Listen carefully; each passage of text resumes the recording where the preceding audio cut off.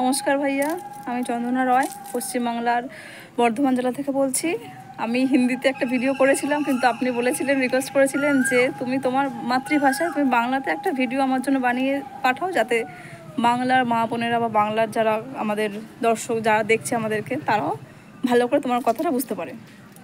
তো আজকে আমি আপনার যেটা রোমনাশক, যেটা চূর্ণটা, সরি লেপ, ওইটার রিভিউ দিচ্ছি।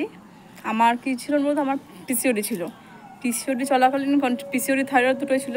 ওই পিসিওডি চলতে আমার পুরো এই মুখের ওপর দিকটায়, আপার লিপসে, এই গালের এখানটায়, কানের পাশটায় পুরো একদম লোম, মানে একদম ছেলেদের মতন দাড়ি যাকে বললেন, ওই দাড়ি বেরিয়ে গেছিলো পুরো।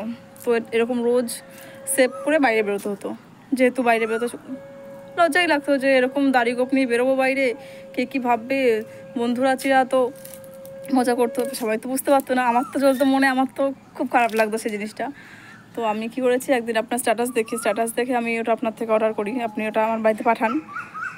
ওইটা আমি আজ 3 দিন ইউজ করছি। মানে প্রথম দিন ইউজ করেছি, তারপরে যখন আবার নতুন করে চুলগুলো, মানে লোমগুলো এসে গেছে, তখন আবার সেভিং করে আবার ইউজ করেছি। ওরকম এই নিয়ে 3বার করলাম আমি।